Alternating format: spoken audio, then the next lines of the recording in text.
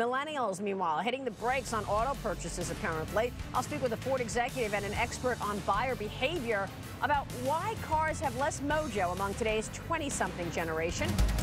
Welcome back. Well, a growing number of 20-somethings are now entering the workforce and have disposable income, but they're not spending any of it. More specifically, these millennials are not buying cars. Ford pulling together a panel of experts today to dig deeper into this market disruptor, the me generation. With us now to talk more about it, two of those panelists. Cheryl Connolly is manager of global trends and futuring at Ford Motor Company. Jason Dorsey is the Gen Y guy of the Center for Generational Kinetics. Good to see you both.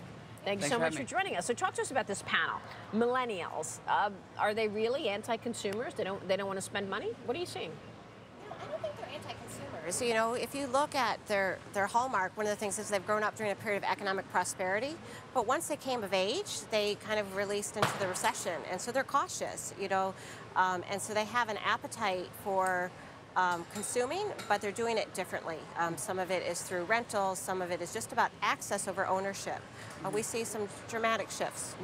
There's a big difference that we're studying, which is millennials have been buying lots of stuff, but it's smaller purchases. So you got to put it all together. What we're seeing just starting to happen are the bigger purchases, and that's where you get, I think, just this myth that we don't like cars. Yeah. And it's not true. We just haven't bought them yet. So how has the generation spending habits then changed the auto industry?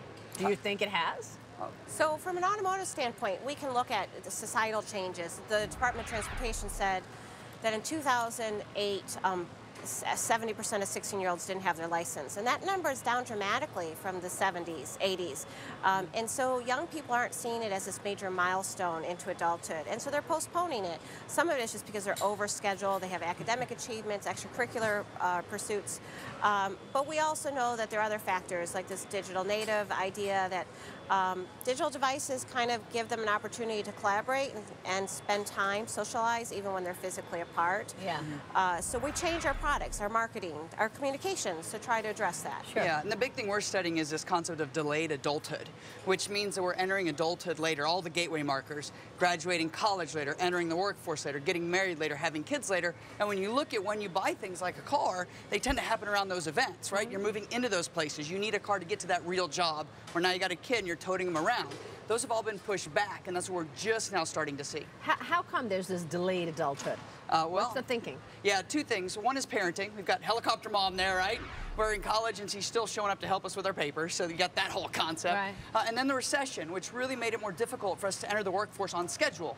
Put the two together, we're just now getting into that space. So Cheryl, you're really creating a program, messaging to speak to this group. Yeah, so we're trying to understand them from a deeper level, and we respond to these issues through product development. So the way that we design and engineer the vehicles are designed to support their lifestyle, their priorities. A lot of that's constant connectivity. So we let devices be brought into the vehicle, and they become hands-free, voice-activated, so you can still engage while keeping your hands on the wheel and your eyes on the road. But we also are changing the dialogue so that we're letting them co-create with us. We're asking them to give us suggestions about apps and things that they want to do when they're behind the wheel. As long as it's relative to the driving experience, you know, we'd love to hear what's on their mind and see if it can shape where we take the product. What other industries do you think are important to this millennium group? This millennial group right now? Well, we're seeing the biggest hit in retail because that's the first place we start to spend our money. But going further, we think financial services is one of the big ones we're going to start entering. Not only are we going to be making purchases like this that we've put off, but eventually we're going to start wading slowly into that market. Now the trick is, we're way more risk averse than any other generation our age. I mean, we are super risk averse because the stock market has been up since we've been adults. We have been making money. We got all this debt. And if you talk to a lot of millennials, the research that we do, it shows that they're like, oh, let's stick it in the bank. Investing is scary.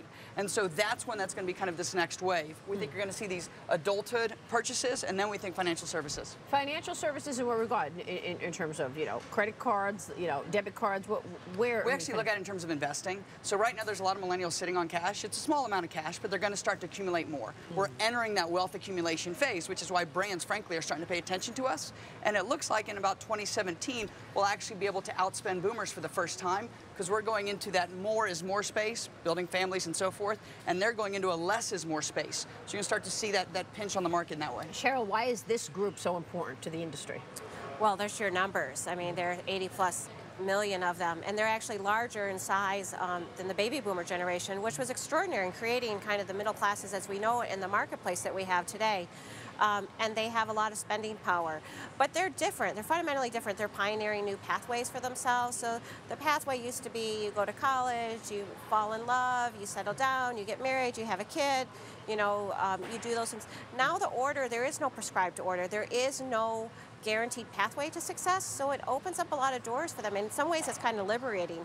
You know, I can still be a contributing member of society, not have a mortgage, not settle down, not have a spouse, and still do things my way. Very interesting. Where do they want to work? Where do we want to work? Somewhere we feel valued, challenged, and included, which can be a stodgy old firm if they make it fun. What we won't do right now is accept a job that we think is beneath us, and that's something we're either going to have to get over, or it's going to follow us forever. What do you mean you're above? What job are you above? Oh, I don't think we're above any job. I started out buzzing tables, trust me, mowing yards. But a lot of the millennials we interview that get this kind of, they're entitled and they're narcissistic and all this bad rap, is because they won't take those entry-level jobs. What they miss out on is the idea that I need that experience, I need the network, I need to pay my dues and get started. Because if I enter the workforce 3 or 5 years later than my peers, it's really, really tough to catch up. Good stuff. Thank you so much for your insights. Really appreciate it.